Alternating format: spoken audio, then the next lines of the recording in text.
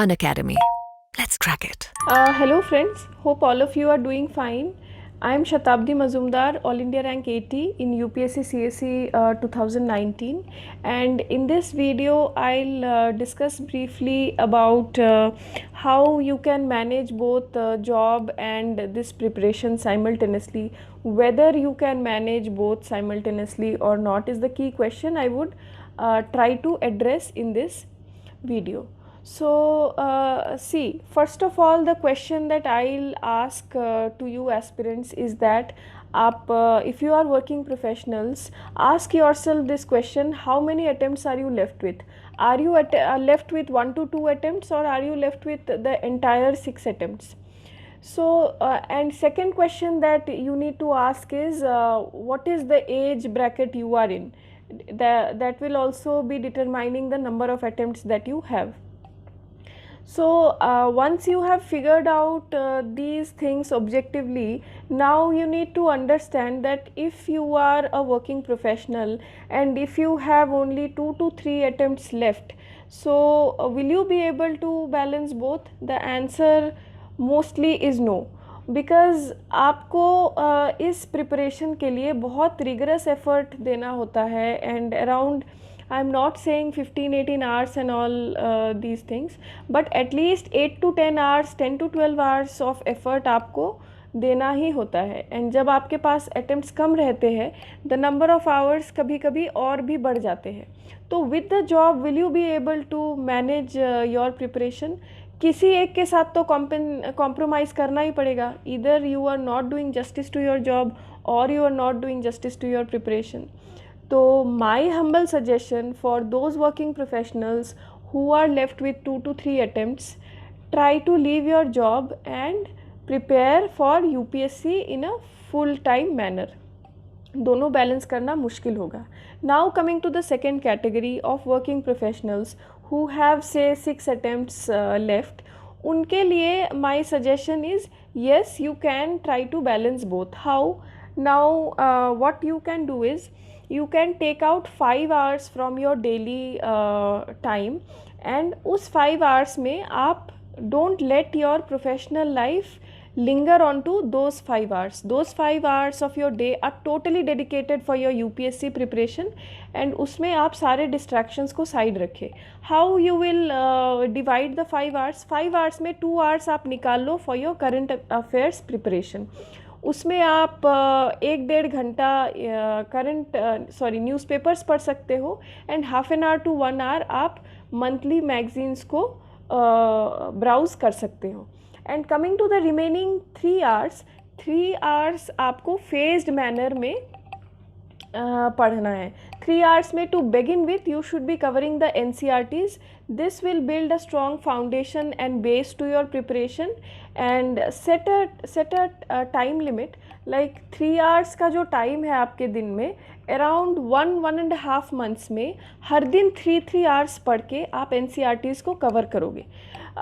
For again now let me tell you कि सारे NCERTs from 6th to 12th relevant नहीं होते हैं. कुछ 10-12 ही NCERTs इम्पॉर्टेंट है for your prelims and mains preparation. And कौन से 10-12 NCERTs इम्पॉर्टेंट है, that you will be able to find out from the YouTube videos and strategies shared by the toppers. तो वो सबको पढ़ने के बाद now in the second phase of your preparation you will continue with 2 hours of your current affairs preparation, and जो 3 hours का block है उसमें you will replace the NCERTs by advanced level books like Lakshmikant for Polity, like Spectrum, like Nitin Singhania for Art and Culture, and so on. तो again set a target in your phase 2 also कि 2-3 महीने में मुझे ये advanced books पढ़ने हैं. And advanced books का ये मतलब नहीं है कि आप 20 एडवांस्ड बुक्स पढ़ने लगोगे, ऐसा नहीं है. Around I think 6-7 advanced books are important for your preparation. तो those you figure out from the YouTube videos, and उसको आप टाइम बाउंड मैनर में कवर करो. That is about phase 2.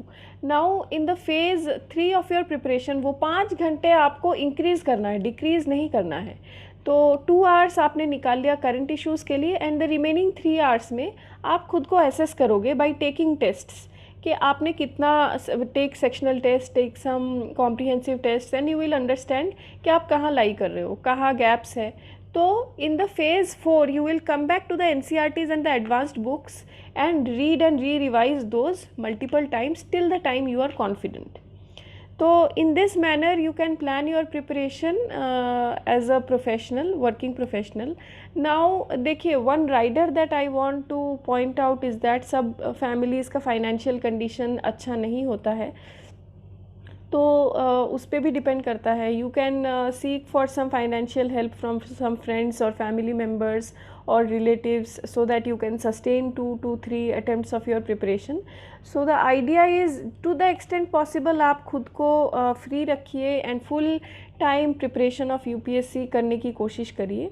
And अगर नहीं होता है, अगर आपके ऊपर ही फिनेंशियल बर्डन है, one more solution that I can offer to you is आप 1-2 साल एकदम फुल मतलब 100% जॉब को ही दे के you can earn money and you can do some savings and for the next 2 to 3 attempts तक आप पैसे बचा के you can continue your preparation without job. तो ऐसा कुछ कर सकते हो. I know people from all categories. In my case I left my job in 2016 and full-fledged preparation फिर मैंने 2016 से शुरू किया जॉब के बगैर. I know some of my friends who have worked rigorously for 2-3-4 years and did some savings, and with those savings they sustained the next 2 to 3 years of their preparation. तो जो भी आपको स्ट्रैटेजी फिट लगता है तो आप वो follow कर सकते हैं. The bottom line is to the extent possible आप फ्री माइंड से विदाउट जॉब प्रिपेयर कीजिए. तो वे आउट जो मतलब सोल्यूशन है वो आपको ही निकालना पड़ेगा. I have given you some this thing solution pointers in this direction. So that is how you can manage your job and preparation both. So that's all from my end. Thank you.